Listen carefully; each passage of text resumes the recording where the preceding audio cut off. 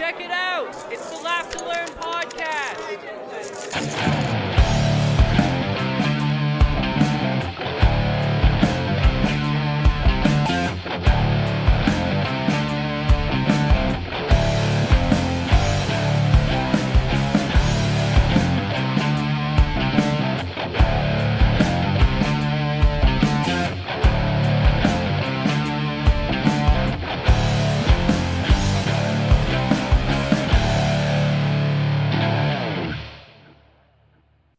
What is going on, everyone? Welcome to episode 28, wow, of the Laugh to Learn podcast, your weekly source for a comedic spin on all the happenings, all the goings on in the world. My name is Jacob Paveo, and I come to you from the sunny, but yet still known as the Great White North, every Tuesday evening, although this week, if you were following me on social media, it is coming to you on Wednesday evening, Eastern Standard Time, fresh for download to listen to at work, this time on Thursday morning. For everyone the world around, this podcast, every single week, comes to you completely 100% ad-free. And all that I ask is you subscribe on whatever your favorite podcasting platform happens to be, and that you tell all of your friends about me, either in person or with a share over somewhere on social media. Now, today's episode will be focusing on the conflict in Hong Kong. And as I mentioned, I am a day late. So if you saw that on my social media, thank you for following. If not, you have to get on there and follow me. But this was a big episode for me, which we will talk about right off the top as we get into it. But it took a ton of work. It is very difficult to do research on a country that does not allow journalism, does not allow blogging. It is a complete dictatorship. It is very difficult to get information, accurate information, out of that part of the world. So there was a lot of work that went into this episode. Looking at the full script, it's still not quite, like, I don't know if I'm going to even fill a full hour. We'll have to see.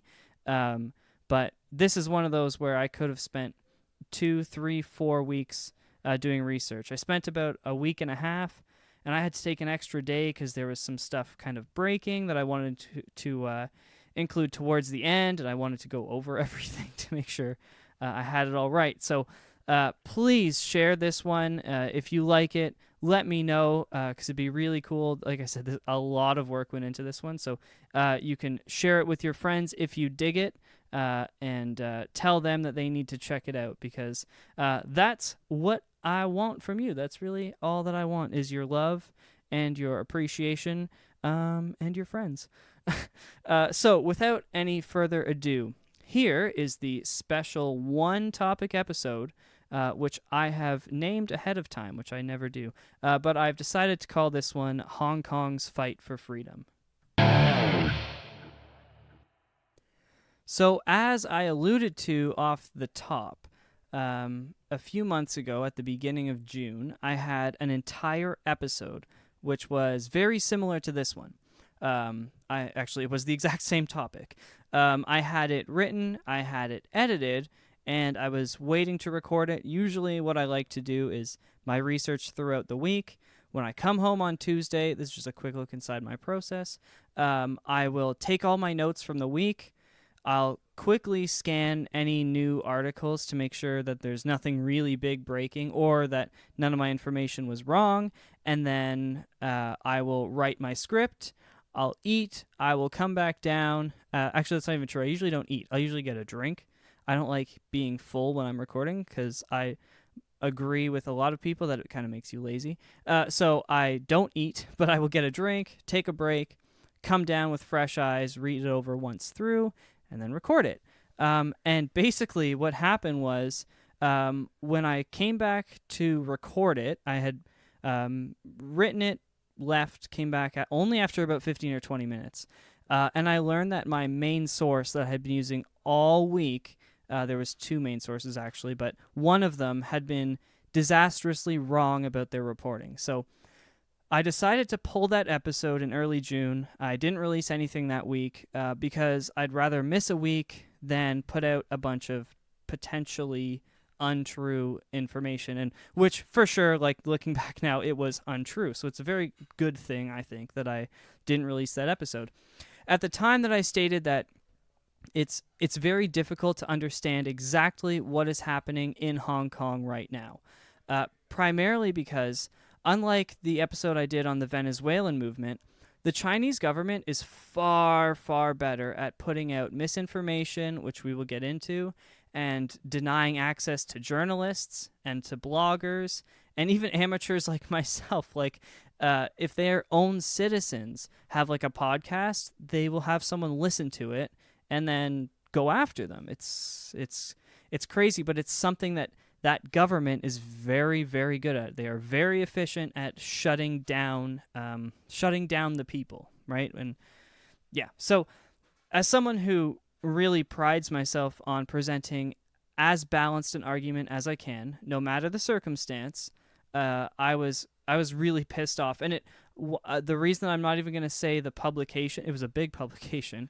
but the reason I'm not even going to mention the journalist or the publication is that I truly believe they didn't know they were getting the wrong information. They were getting statements basically from the Chinese government that were like totally bogus, they were just incorrect. So I was pissed. And at the time, the Chinese government, I said on my podcast, so they can go fuck themselves. A sentiment which still persists within me today, because this episode, again, was so difficult. Every statement that I saw from the Chinese government, every bit of footage they put out, you don't know if you can trust it. And I'm quite glad that I live in a part of the world where I'm aware of what I'm looking at, and I can kind of, if it walks like a duck and quacks like a duck kind of idea, where if it looks fake and it's coming from the Chinese government, it's probably fake. But sometimes it doesn't look fake, and that's really the problem with technology today. However, it has become obvious that the truth about what was happening from the side of the Chinese government, and I use the word truth loosely, will continue to be as mysterious as the first 20 minutes of a Scooby-Doo episode. But they still kept making those, so I figure I have to talk about this now, because we'll never really understand it from that government perspective. So I'm telling you this up front because it's very difficult to give a balanced analysis of a situation when one of the sides is a global power, first of all, and we've seen issues like that with the U.S. before. But on top of that, it's a global power that is allowed to stop journalists from talking. So it's very unique, and it's new for me. So let's see what's been happening in Hong Kong. So I'm going to say right now that I am I am recording and going to be publishing this over August 20th and 21st. As I said, there was about a week ahead of that, week and a half really, of research notes that all went into this. I have this as up to the minute and honest as it can be. Towards the end, I pulled some quotes from today from a few different people, actually just from like 2 hours ago. So when you're researching a centuries-old dictatorial state, it's just difficult. So that said, let's find out what's been happening in Hong Kong. Hong Kong has existed as a sovereign state, a semi-sovereign at least, since 1997, when the United Kingdom relinquished power back to the Chinese government after it was controlled by Japan for a little while before the UK. After the Second World War, the UK took over, and then they gave it back to China in 1997 under what is dubbed a one country, two systems rule. Hong Kong is technically a part of China. However, they are permitted to run their own government for at least 50 years until the year 2047. Now, the legislation doesn't specifically say that after 2047, China will take over. It also doesn't specifically say that anyone will take over, like they have to remain a part of China after those 50 years. So it's politically very complicated even from the get-go when you're trying to explain to someone what is Hong Kong. Essentially, it's a city-state, which is kind of cool to look into. Now, earlier this year, a bill was proposed in Hong Kong's head of government, which is their chief executive. It's a group of 1,200 individuals titled who get to vote in the chief executive. And the bill was titled, and I'm not making this up, in English at least, it was titled the Fugitive Offenders and Mutual Legal Assistance in Criminal Matters Legislation Amendment Bill 2019. So, yeah, I'll sit on that for a second. That's a very, very long titled, many words meaning what exactly? Well, this bill would essentially overturn some current law and allow for extradition from Hong Kong to other countries, including mainland China.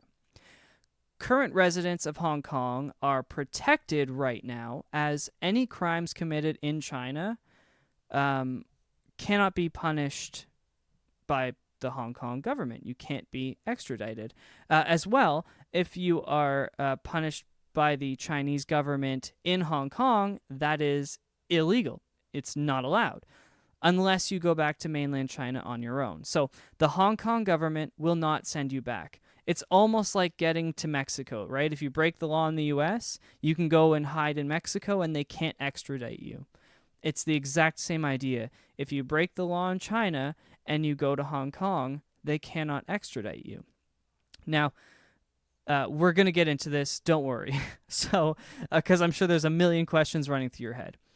This bill was originally proposed after a man committed a murder in Taiwan and returned to Hong Kong.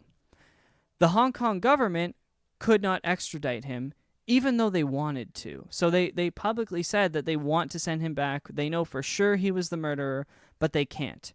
And Taiwan is, of course, under Chinese rule. It would be fascinating, actually, to do an episode on Taiwan. That'd be fun.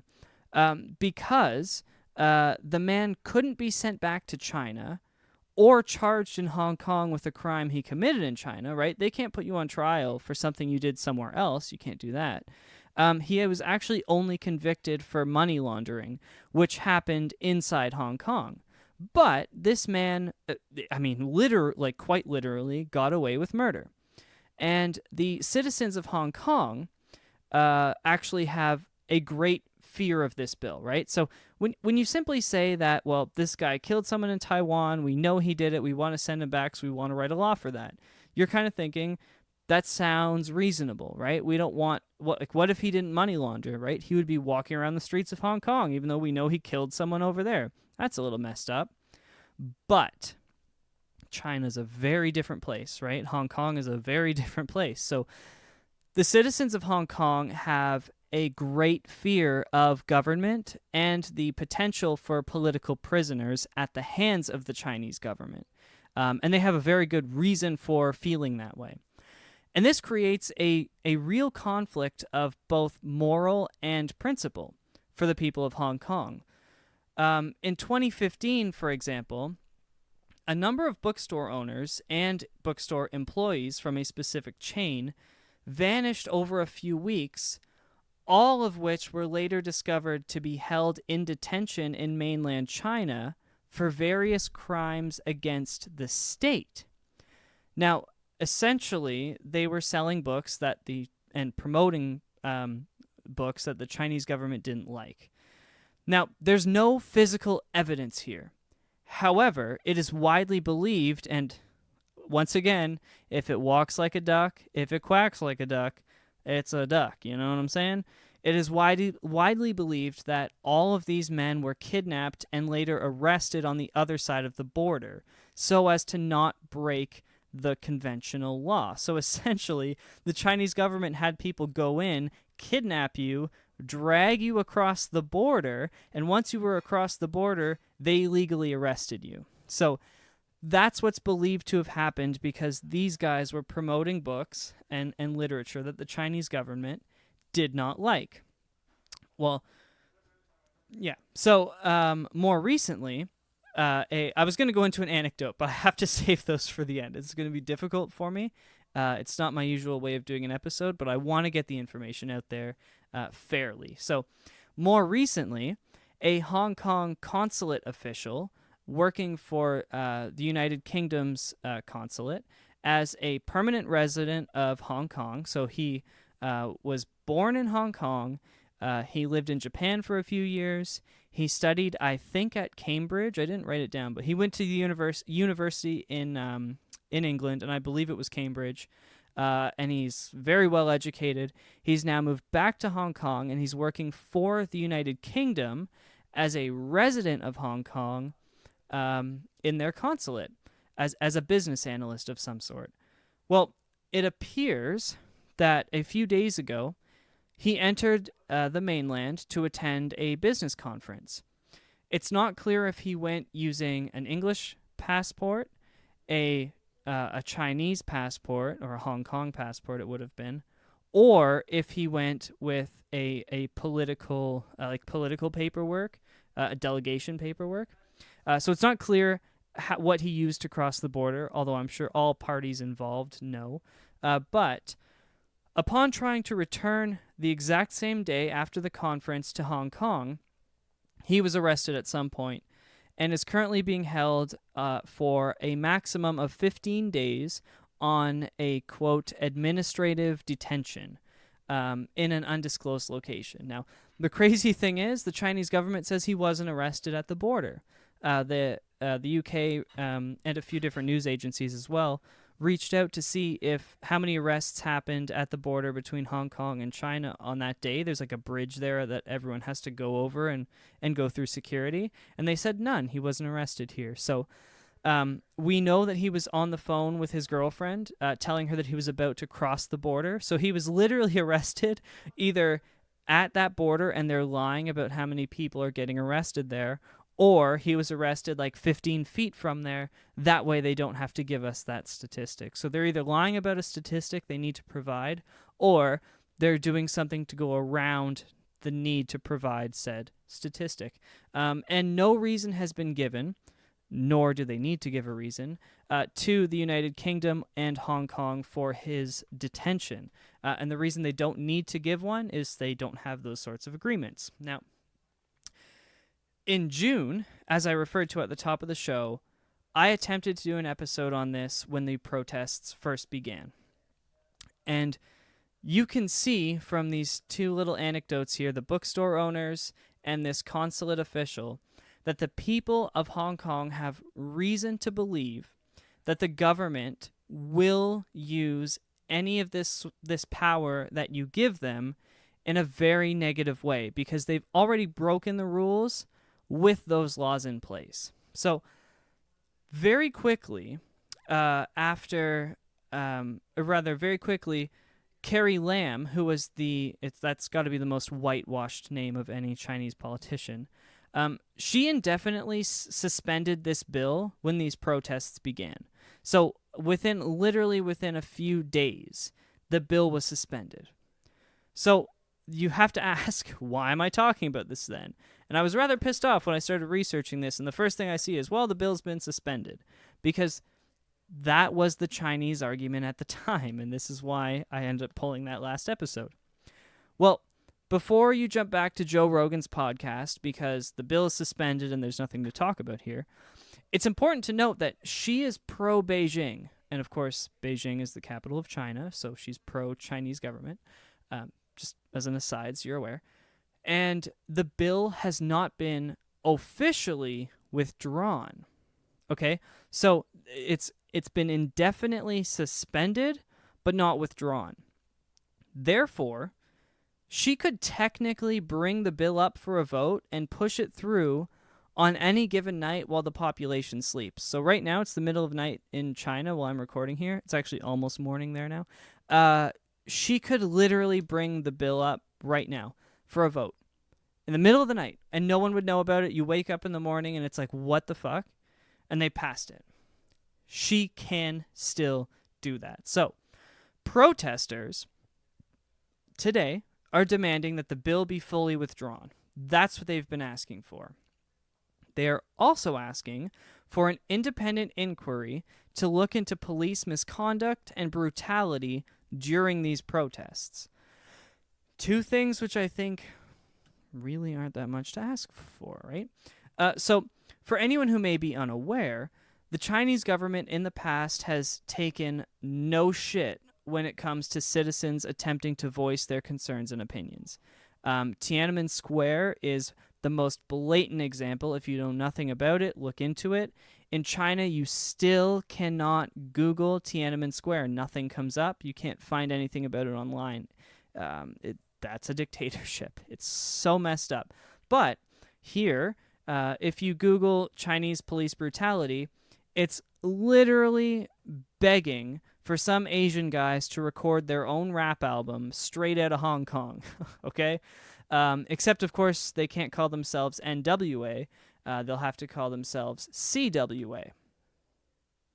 Fuck the police coming straight from the underground. A young nigga got it bad 'cause I'm brown. A 60-year-old man was strapped to a hospital bed in a small hospital room when two police officers came in the room and started intimidating him, getting in his face, flashing a very bright flashlight in his eyes, and slamming him in the face with what appear to be small wood or metal sticks or bats or something like that. It is difficult to tell. It's from a CCTV security recording in the room, so it's difficult to tell. But they ended up punching him in the chest and the stomach several times, and then finally acting like Mike Tyson on the speed bag right to this man's balls. Literally punched him in the dick over and over again. And it's totally on CCTV, and this was 3 weeks ago now. And those two officers were happily arrested Tuesday of this week. And then on Tuesday night, officers and protesters clashed outside and briefly inside a subway station, throwing objects back and forth, such as bottles, rocks, and rubber ducks. No joke. But this time there was minimal violence, and they stopped using tear gas because the protesters have begun picking up traffic cones, like the little orange cones on the not the big ones, the construction ones on the side of the road, but the type that you would find on a driveway or in a parking lot, the small ones. And what they're doing is if you throw tear gas at them, they're covering the grenade with a cone and pouring bottled water on it to put it out so the tear gas stops pumping into the air. They're smart as hell. It's one of the coolest things I've ever seen. But, I've mad respect for these protesters because at the subway station the other night, they set up this dope-ass Home Alone trap, okay? So what they did is they ran out as the police were coming towards them of the subway station to distract the cops, and then they poured laundry soap all over the ground just outside and coming into and in the atrium of this subway station, or underground if you're in the UK, and all the protesters then ran back inside as the police began to charge towards them, and they run towards you with guns, literally. Luckily they didn't shoot anyone this time. And what the protesters did was they started spraying the cops down with water from fire hoses when they tried to get inside. That way they were soaked and then running across laundry detergent, and it would make them slide and fall over so they couldn't run inside. So cool things like that are what I like to hear. But there are several videos that are just horrific of police beating and arresting young men and women who are simply part of a protest for their freedom. A lot of them clearly not even violent, just walking along the side of the road, get grabbed and beaten and arrested. It's horrible. So, if you're really interested, you can feel free to look into them. But I want to keep my focus on the political events and not feed into the world star hip-hop side of the internet. I say that as I'm playing Fuck the Police in the background. I'm well aware of the irony. So, Carrie Lam, once again, the woman responsible for the proposition of the bill we are talking about, which I am not going to read out the full name again, was elected by the government organization she leads, which is the chief executive. Roughly 1,200 people, primarily professionals and legislative council, a majority of which are pro-Beijing, which is something we'll discuss in a little bit. As the group that runs the legal system in Hong Kong, it makes it very difficult for the whole idea of one country, two systems that we mentioned before, when your top political group is falling in line and almost in step with the country that you live under, and you're now trying to create a system that mimics their system. It really destroys that idea. So who is she, right? That's a pretty good question that we should answer. So Lam rose to prominence in 2014 during the last round of protests. They were called the umbrella protests because people had to hide their faces with umbrellas, which they're doing again in this one. And these protests rocked the region in 2014. At the time, she proposed a bill to allow Chinese authorities to select candidates for the executive group that we were talking about earlier, the chief executive, which would then be voted on ultimately by the group she now leads. So she wanted the Chinese authority to pick the people who could run for the chief executive, and then pick the people in the chief executive to run to lead it. So basically, she wanted the Chinese government to pick the politicians who other people could vote on. It's, that's how you run a dictatorship. But that didn't happen back then. And they are actively opposed. This whole group is actively opposed by a different political party they call themselves the Civic Party. And they work alongside the Civic Human Rights Front, and they are extremely, extremely powerful. Because last Sunday alone, these two groups managed to attract, and this is a real number, 1.7 million protesters of the 7 million people who live in Hong Kong. 1.7 million protesters in one day. That's roughly 25% of the population of Hong Kong. I don't think we've ever seen protests that big. The Vietnam protests did not come close to 25% of the American population. Like, those are huge numbers of people, and the videos are incredible. It's just people everywhere. It's insane. But the real problem here, one of the major problems is really how I should have worded that, is how the Chinese government views this uprising. They have repeatedly refused to allow for third-party nations to get involved, as they are calling this a matter of internal affairs, since Hong Kong is technically just a city within China. So this would be like another country trying to get involved in the Antifa protests in Portland. That's the way that China is spinning this. Now, unfortunately, on top of that, China has what they call a secession prevention law. Now, that makes it illegal for it makes it legal, for government to use force of any kind to prevent persons or regions from leaving the nation of China. So, in a statement, a spokeswoman for the Chinese Foreign Ministry responded to a question of the government's support for Lam's actions, at least her actions thus far, by saying that Beijing, quote, firmly supports them in strictly enforcing the law.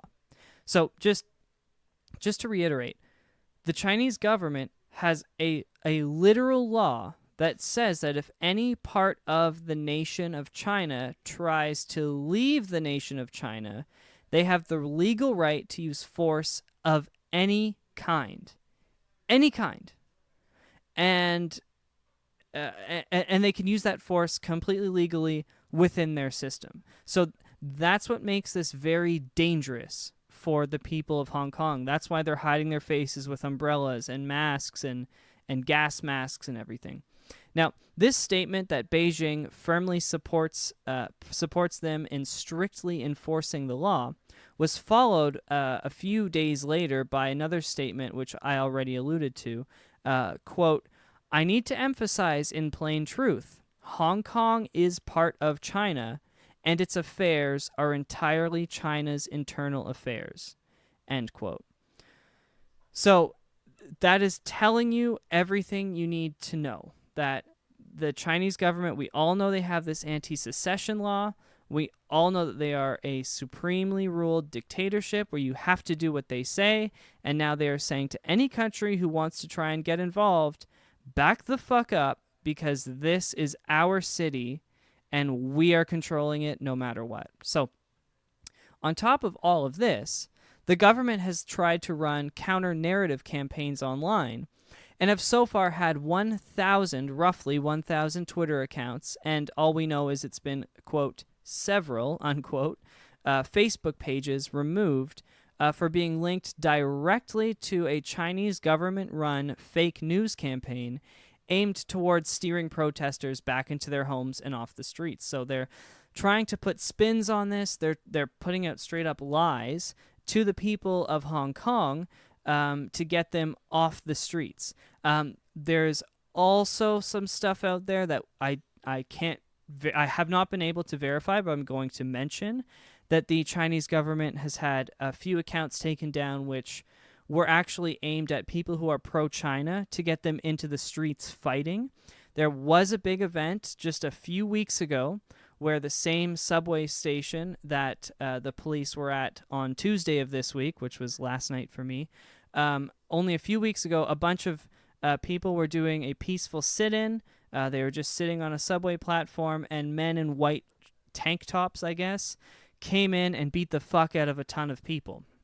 And there is a lot of speculation that they were egged on by a false narrative spread across the internet by the Chinese government. But I can't verify that. But I read it kind of everywhere, and everyone's kind of saying the same thing, where Facebook and Twitter have said nothing on it other than these accounts have been suspended, but it is believed that they are linked directly to China. Now, let's take a quick break before I get to a summary of my thoughts, because I need to take a breath, read an ad, even though I don't have ads, but I call it an ad read, and I will get back to this topic with my closing thoughts in just a second. Don't forget to subscribe to the podcast. Tell your friends and family. Once again, this episode was a ton of work for me, so please share it around. This is a super important topic that I want everyone to get involved in. Tell them all about the wonder, the might, the glory that is the Laugh to Learn podcast. Mention it to someone at work, because everyone listens to podcasts nowadays. I tell everyone, listen to my podcast, listen to it, and you should be doing the same thing. And make sure they know about all of the backdated content. Maybe this is your first time checking out the episode. Welcome to the podcast. It's awesome to have you here. Go check out all of our old episodes. Some of them are super funny. Some of them are super informative. The rest of them are really dumb. But either way, it's a great way to spend somewhere between 40 minutes and an hour. And I am generally on a steady schedule of being completely ad-free every single Tuesday. There's no ads. You can tell everyone. You can listen to all you want. There's no ads. All that I ask is that you subscribe. And as always, I thank you all so much for your support. Feel free to reach out to me anytime using the contact page over at www.laughtolearnpodcast.com or on social media. Both can happen 24 hours a day, and both links can be found in the description for this episode on your podcast platform of choice. So, without any further ado, once again, if it's your first time listening, thank you. Thank you. You should come back. You should subscribe and come back. That's what I think. I think you should subscribe and I think you should come back. That's what you should do. You should come back. You should come back next week. Okay? You're going to come back, right? Okay, let's get back to the episode. So So, to touch quickly on social media, which is what I was talking about before I went to that quick little break segment there. It was a much longer break for me. But I just want to mention that both Twitter and Facebook are really taking a lot of heat right now. There's a lot of political pressure from outside, of course, if you follow politics, for them to tighten up a little bit. Batten down the hatches, as it were, and figure their shit out. But on top of what they normally have to deal with now, they are rapidly trying to get on board and get control over all of these narratives that are being put out there, these false narratives, really, that are being put out there in Asia and in the Hong Kong area. And it clearly... they are really struggling to do so. And just myself, I really have no idea how these companies can be keeping up with it, right? Because we all know how the internet works. Like, you can put something out there, something that no one thinks that anyone will care about, and it can go as viral as you can imagine. Like, let's not forget that only a few weeks ago, a gay black rapper singing a country rap song set the record for the longest consecutive weeks on Billboard, right?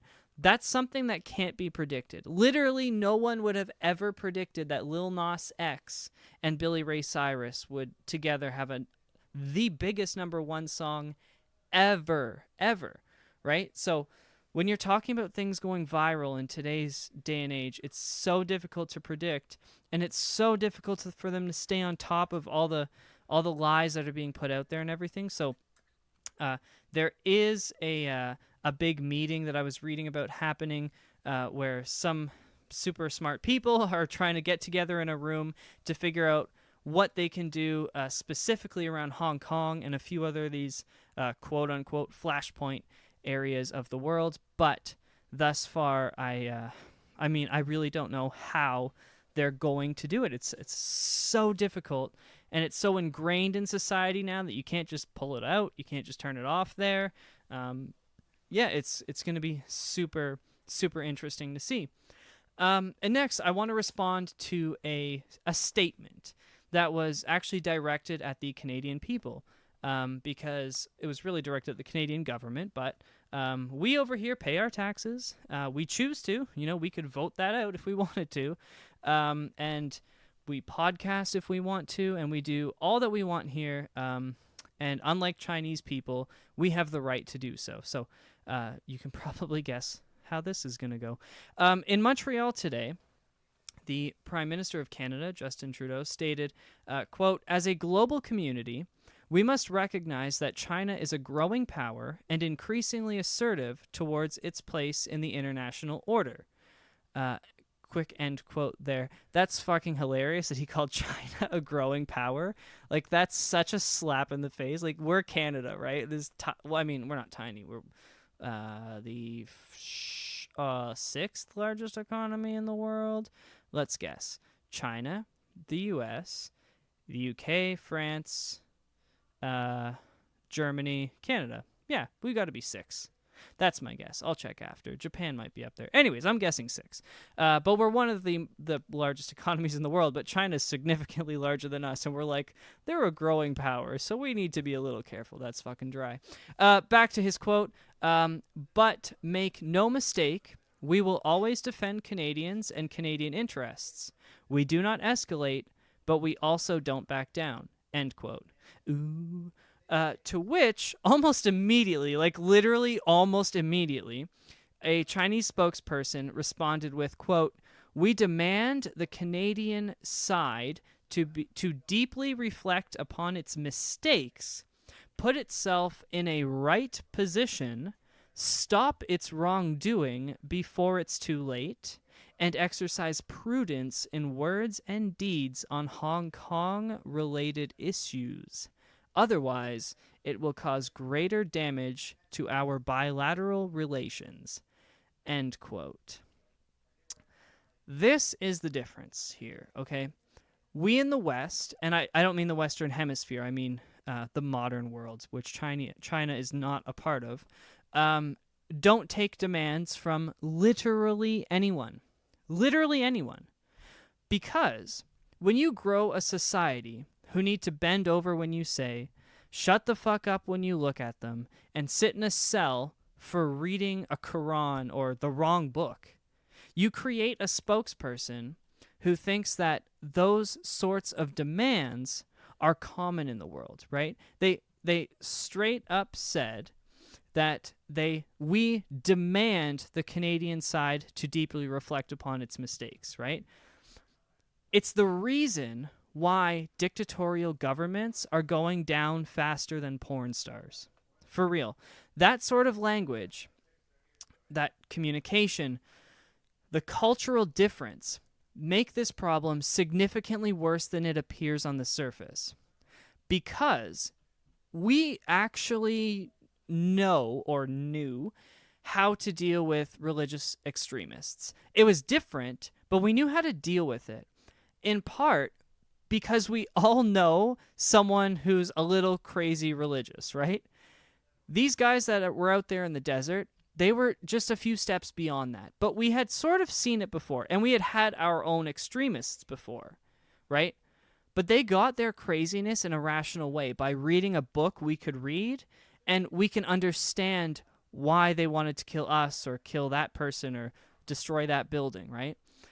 When it comes to grown adults who shill out for a dictator that they've spent their entire lives trying to please, it becomes a very different scenario, a much more desperate scenario. And this one can't end in something like, well, we all believe in a God at least, like a bunch of our other conflicts have recently.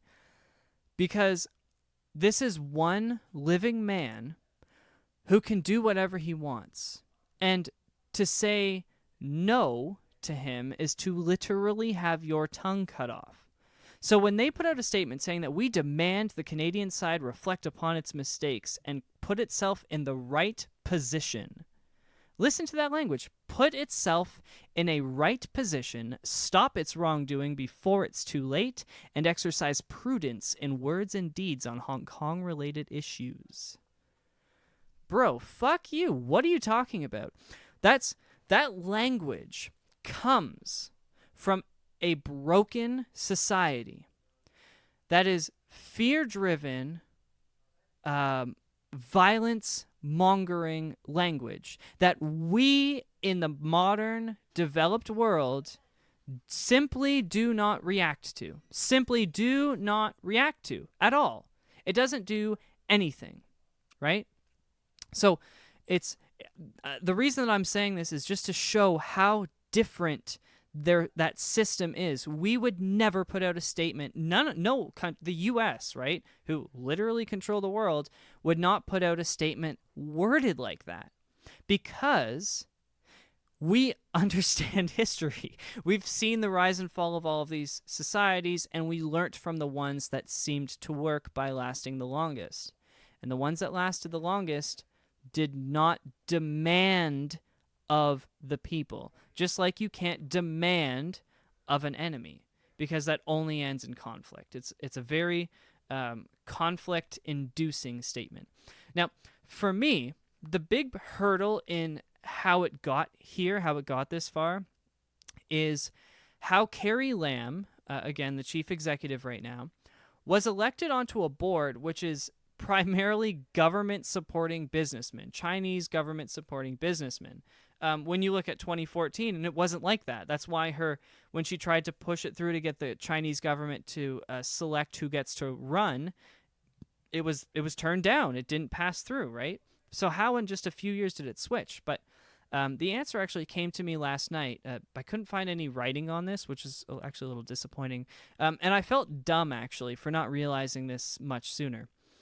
But these men and women are all about money, right? This whole chief executive, they're all business people and politicians. And both of those are entirely about money. And the Chinese market is so important to them that they have to be willing to forgo their rights and the rights of their families and those around them in order to capitalize on their market capabilities and conduct business throughout China. The Chinese government literally has these guys by the purse strings. Literally. And unfortunately, their greed has resulted in the election of a woman who is pro-Beijing, pro-Chinese government, and ultimately the proposal and potential passing of a bill which, if passed, would give her the right, it gives the chief executive, it gives her the right to analyze on a case-by-case basis who should be extradited to China to face legal punishment. That's not okay. In fact, it's horrendously sad. And there's very little we can do other than voice our support for freedom from the other side of the globe. Literally, there's very, very little that we can do. And it's horribly sad. And I take no shame in saying that freedom is the first and only thing truly worth dying for. Until the wonderful day when President Xi or other evil dictators of the world, whom I've called out before, shout out to you, Maduro, what up, how's Venezuela doing? We're coming for you still, are dead. Right? Those are fantastic days. We will have to watch humans suffer and fight a war that they know they cannot win. Right? That's the disastrously sad thing about this Hong Kong conflict.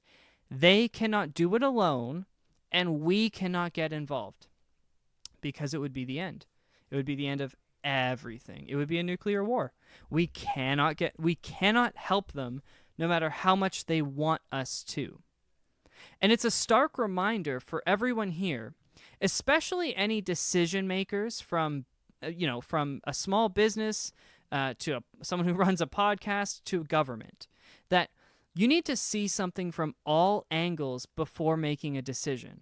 There's a lot of work that has to go into it. You can't just read it quickly, show up, and vote. Because her elevation to such a high level of power is based solely on their personal and perhaps their friends' expansion and profiteering of power within Hong Kong and ultimately within China. But they've lost sight of the freedom of the people, lost sight of the real reasons, which I believe, and I think everyone listening would believe, the real reasons to live. To think, act, and feel however you want to without someone to be there to tell you no. Thank you once again for listening. If you stuck through to the end, thank you for checking it out. If it was your first time here on the podcast, I, as always, especially this week though, really encourage you to take these discussions outside into the real world. I hope I gave you a bit of a different perspective there at the end, talking about the financial reasons for how they got here. It's something that the news really isn't talking about. Like I said, I couldn't find anyone writing about it, and I couldn't believe it because it's such an obvious part of this. Of course, there's more to it, but you can let me know what you think over on Twitter or Instagram, or by using the contact page at www.laughtolearnpodcast.com, all of which are in the description for this podcast on whatever podcasting platform you happen to be listening on. Of course, my home is over on Podbean, so you can give me a sub over there, or as always, on any podcasting platform. But please subscribe if you've made it to the end. Talk to your friends about this, because it's a really original idea that I was able to come up with, which is why it took the extra day. Thank you for sticking with me for that extra day. Go check me out. Talk to me on anywhere on social media. As always, the podcast is completely ad-free. So like I said, all I ask is for you to share it with your friends and family, subscribe, and tell your friends about me each and every week on social media. As always, ladies and gentlemen, I will be here next Tuesday. And until then, keep on laughing and keep on learning.